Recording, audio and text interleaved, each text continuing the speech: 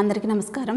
మనం అధ్యాయం 33 ఒక యోగి ఆత్మకథ ద ఆటోబయోగ్రఫీ ఆఫ్ యోగి అధ్యాయం 33లో ఉన్నాము. ఈ చాప్టర్లో మనం యోగీశ్వరులు అయినటువంటి మహావతార్ బాబాజీ గారి గురించి మనం తెలుసుకుందాం. ఈయనని భారతదేశపు యోగి క్రీస్తు అని కూడా పిలుస్తారు.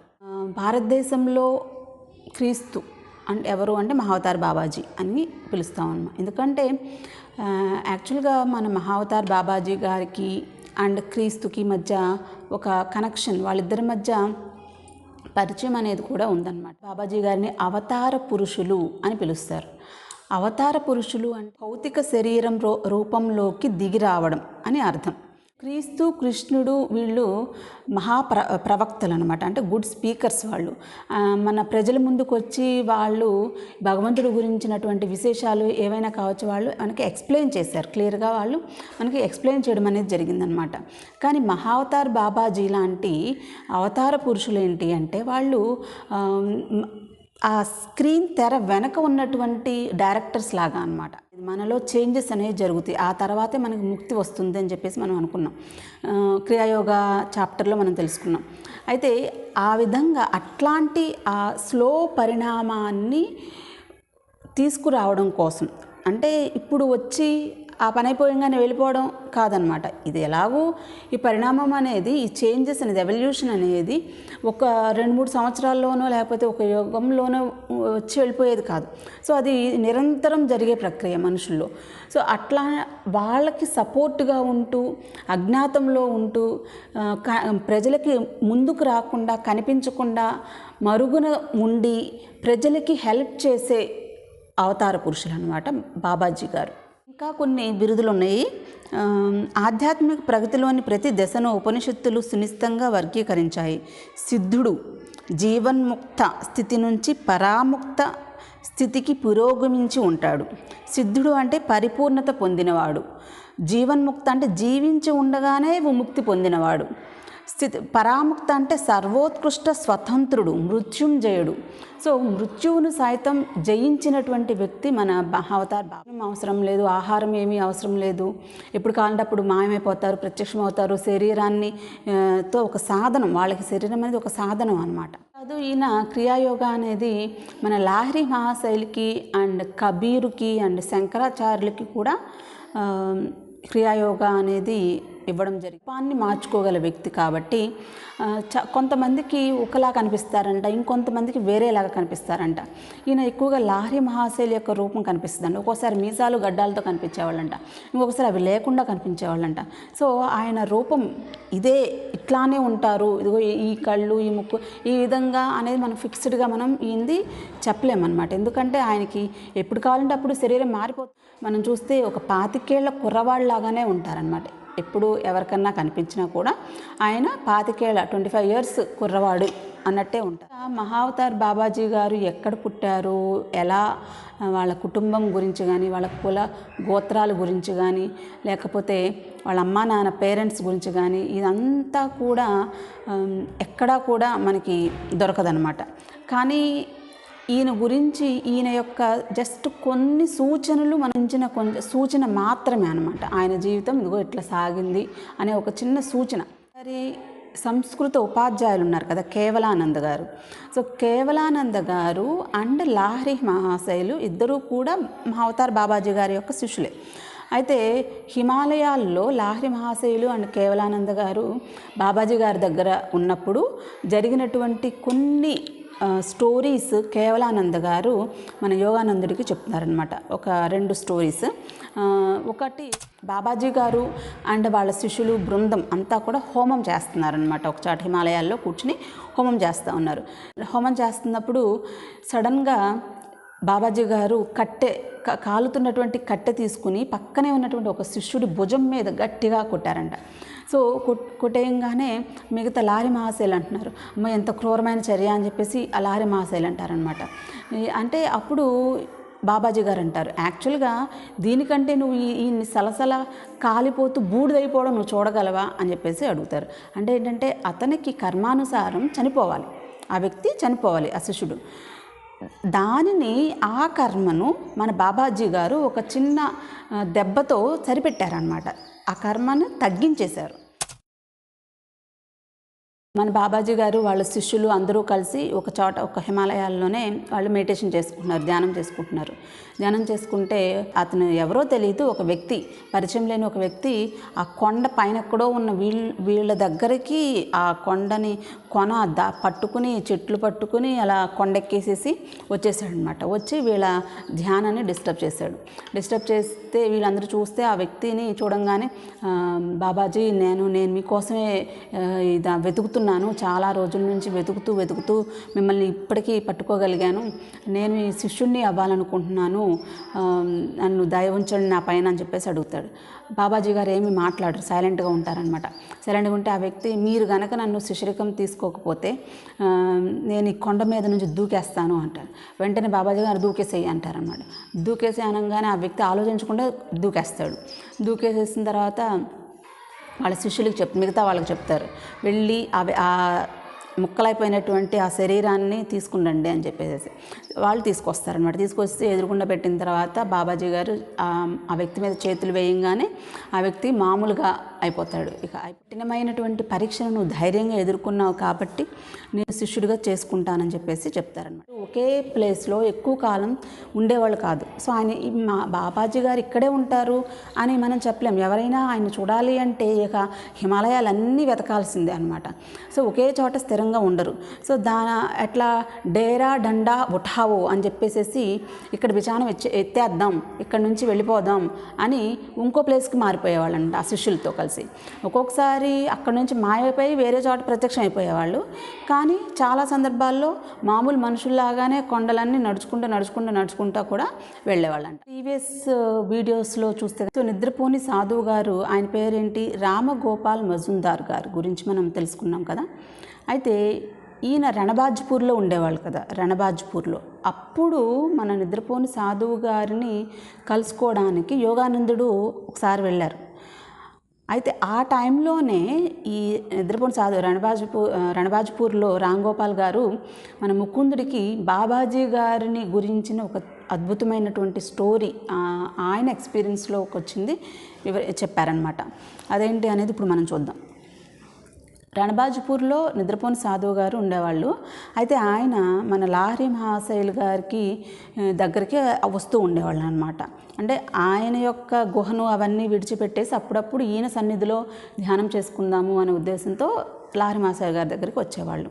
అలా మన లాహరి మహాశైల్ గారు వాళ్ళ శిష్య బృందంతో ఒక నడిరాత్రిలో ధ్యానం చేసుకుంటున్నారు. మజుందార్ గారు, రామ్గోపాల్ గారు కూడా అక్కడే ఉన్నారు, నిద్రపోని సాధువు గారు కూడా అక్కడే ఉన్నారనమాట. సో వాళ్ళందరూ ధ్యానం చేస్తూ ఉండగా లాహరి మహాశైల్ గారు రామ్గోపాల్ గారిని పిలిచి, రామ్గోపాల్ నువ్వు ఇప్పుడు దశాశ్వమేధ ఘట్టం దగ్గరికి అక్కడికి వెళ్ళు అని చెప్పేసి ఒక చిన్న కోరికలాగా ఆయన కోరతారు. సరే కదా అని చెప్పేసి ఈ మజుందార్ గారు అక్కడికి వెళ్తారు. రామ్గోపాల్ గారు వెళ్ళి అక్కడికి వెళ్ళంగానే గంగానది ఒడ్డున అది ఉందన్నమాట, కాశీలో. ఇప్పుడు లాహరి మహాశైల్ గారు ఎక్కడ, కాశీ కదా, కాశీలో కదా ఉండేది. సో కాశీలోనే గంగానది ఒడ్డున ఈ దశాశ్వం ఘట్టం దగ్గర ఈయన వెయిట్ చేస్తున్నారు. ఆయన వెళ్ళమన్నారు, ఈయన వచ్చారు. అంతే, అక్కడ నుంచుని వెయిట్ చేస్తూ ఉన్నారు. మిలమలా మెరుస్తున్నాయి ఆ గంగని, అదంతా అందం చూస్తూ ఆయన మౌనంగా ఉండిపోయారనమాట. అక్కడ చూస్తూ ఉన్నారు. ఈలోపు ఈయన దృష్టి ఒక చోట పడుతుంది. అక్కడ ఏం చూస్తారంటే ఒక రాతి పలక కనిపిస్తుంది. సో ఆ రాతి పలక మెల్లిగా పైకి లేవడం అనేది ఆయన దృష్టిలో పడుద్ది అనమాట. సో అక్కడే అదే విధంగా ఆయన తదేకంగా చూస్తూ ఉంటారు. సో రాతి పలక అక్కడ పైకి వచ్చేస్తుంది. ఆ లోపల అండర్ గ్రౌండ్ ఉన్నట్టుగా ఈయనకి తెలుస్తుంది అనమాట.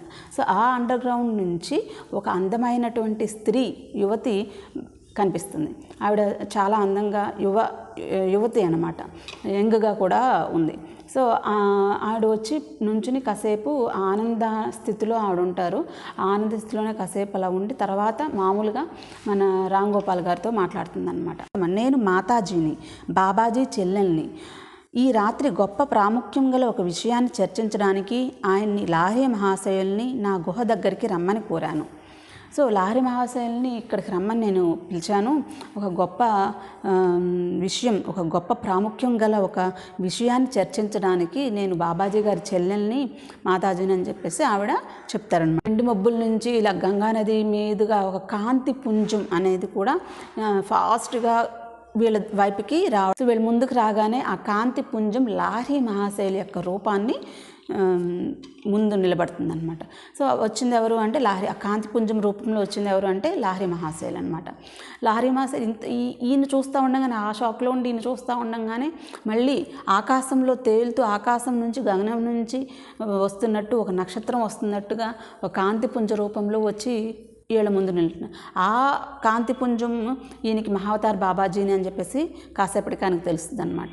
సో ఆ బాబాజీ ఏమో లాహిరి మహాశయుల రూపంలో ఆ టైంలో కొంచెం అలా అనిపించారంట. కాకపోతే లాహిరి మహాశయుల కంటే ఇంకా యంగ్గా ఉన్నారంట ఈయన. సో అట్లా వీళ్ళు మొత్తం అక్కడ ఎవరెవరున్నారు, మన నిద్రపోని సాధువు గారు ఉన్నారు, లాహిరి మహాశయులు ఉన్నారు, మహావతార్ బాబాజీ గారు ఉన్నారు, అండ్ పూజ్య మాత, మన మాతాజీ అయినటువంటి బాబాజీ గారి చెల్లెలు కూడా అక్కడ ఉన్నారంట. ఈయన్ని మన నిద్రపోని సాధువుని ఒక సాక్షిగా ఆయన అక్కడ నిలబెట్టారనమాట. మన మజుందార్ గారు బాబాజీ గారిని చూడాలని అని అనుకుంటున్నారు కాబట్టి ఆ అదృష్టం ఈయనకి కూడా దక్కింది. అయితే వాళ్ళు ఏమని మాట్లాడుకుంటారంటే, బాబాజీ గారు చెప్తారు, నేను ఇంకా ఈ శరీరాన్ని చాలించాలనుకుంటున్నాను, నేను భగవంతుడిలో అయిపోవాలనుకుంటున్నాను అని చెప్తారు. అదేంటి అలా కాదు, అలా జరగకూడదు అంటారనమాట ఎవరు, మాతాజీ గారు.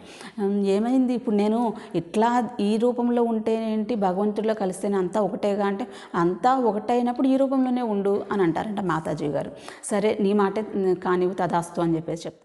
ఎవరైనా బాబాజీ అని పిలవంగానే వాళ్ళకి ఆధ్యాత్మిక అనుగ్రహం పొందుతారంట. బాబాజీ అని పిలిస్తేనే చాలంట.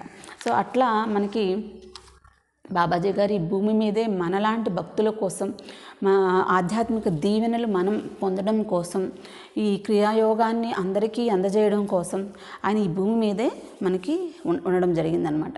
సో ఇక అది అయిపోయిన తర్వాత వాళ్ళిద్దరూ కూడా సేమ్ ఎలా అయితే వచ్చారో అలా వెళ్ళిపోయారు, ఆ కాంతి పుంజం రూపంలోనే.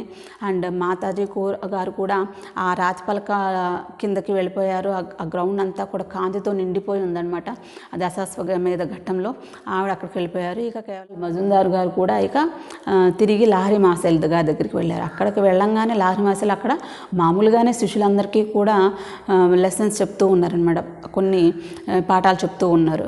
ఈయన వెళ్ళిన తర్వాత వాళ్ళ శిష్యులను అడుగుతారు, లాహిరి మహాశయులు ఎప్పటి నుంచి ఇక్కడ ఉన్నారు అంటే, ఏంటి నువ్వు వెళ్ళిన దగ్గర నుంచి ఇక్కడే ఉన్నారుగా, మాకు లెసన్స్ చెప్తూనే ఉన్నారుగా అని చెప్పేసి వాళ్ళు అంటారనమాట. సో ఇక్కడ మనకి ఏమవుతుంది, లాహిరి మహాశయులు గారు 2 శరీరాలతో ఆయన ఉండగలరన్నమాట.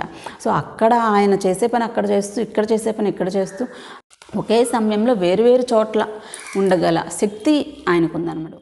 ఈ ప్రపంచం ఉన్నంత కాలము కూడా తన శరీరాన్ని నిలుపుకోవడానికి భగవంతుడు నిర్ణయించిన వ్యక్తి బాబాజీ. వస్తుంటాయి పోతుంటాయి, అయినప్పటికీ మరణం లేని ఈ మహాగురువులు ప్రపంచ రంగం మీద శతాబ్దాల తరబడిగా సాగుతూ ఉండే నాటకాన్ని తిలకిస్తూనే ఉంటారు.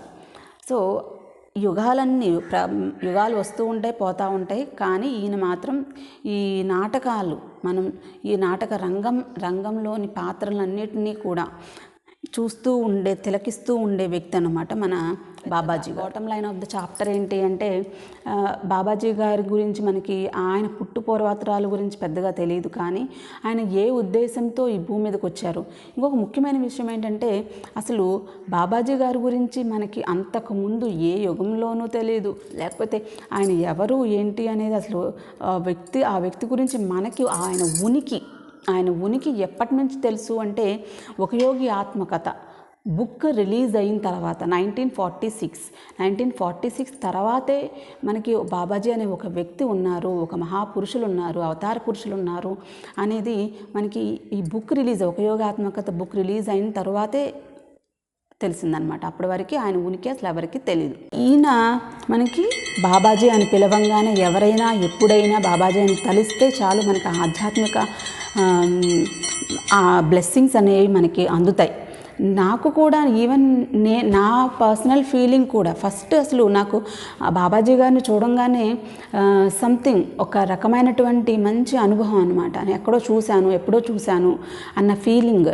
సో నేను ఇప్పుడు ఈ పాత్రలో ఉన్నాను అంటే ఆయన పరోక్షంగా ఆయన వల్లే, ఆయన ప్రేరణే అని నాకు బలమైనటువంటి నమ్మకం అనమాట. సో అలా మహావతార్ బాబాజీ గారు ఎంతోమందిని, ఈవెన్ మనకి రజనీకాంత్ గారు, విరాట్ కోహ్లీ, రజనీకాంత్ గారు ఎక్కువగా బాబాజీ గారి గురించి చెప్తూ ఉంటారు. ఆయన ఇప్పటికీ ద్వారహాత్ వెళ్ళి అక్కడ బాబాజీ గారి కేవ్ని కూడా విజిట్ చేయడం అనేది ఎవ్రీ ఇయర్ అనేది మనకి తెలుసు. అలా ఎన్నో ఆత్మల్ని ఈయన మోటివేట్ చేసి ఈ పాత్రలో క్రియాయోగాన్ని ప్రాక్టీస్ చేసేలాగా ఈయన మనల్ని ప్రోత్సహిస్తూనే ఉన్నారు పరోక్షంగా. ఇంకా మనకి ఈ ప్రపంచంలో కొంతమంది మహాపురుషులు ఉంటారు, మహాప్రవక్తలు ఉంటారు. అంటే ప్రజలకి కొన్ని మెసేజెస్ ఇవ్వడానికే వాళ్ళు వస్తారు. ఆ మెసేజ్ ఇచ్చి వాళ్ళ పని పూర్తవంగానే భూమి నుంచి వెళ్ళిపోతారు. బట్ కొంతమంది పరోక్షంగా ఉంటూ ఈ భూమి మీదే ఈ నాటక రంగాన్ని తిలకిస్తూ మనకి ఆధ్యాత్మిక దీవెనలు అందిస్తూ ఎప్పటికీ ఈ ప్రపంచం చివరి దాకా ఉండడానికి భగవంతుడు కొంతమందిని ఆ విధంగా ఉంచారని చెప్పేసి మనకి అర్థమవుతుందన్నమాట. ఉంటారు సిద్ధులు, జీవన్ముక్తులు, పరాముక్తులు, అవతార పురుషులు కలిపితేనే మన మహావతార్ బాబాజీ గారు అనమాట. సో ఇది మహావతార్ బాబాజీ గారి గురించి ఈ విశేషాలు. నెక్స్ట్ వీడియోలో నెక్స్ట్ చాప్టర్తో మళ్ళీ వచ్చేస్తాను. అంతవరకు సెలవు. Thank you so much.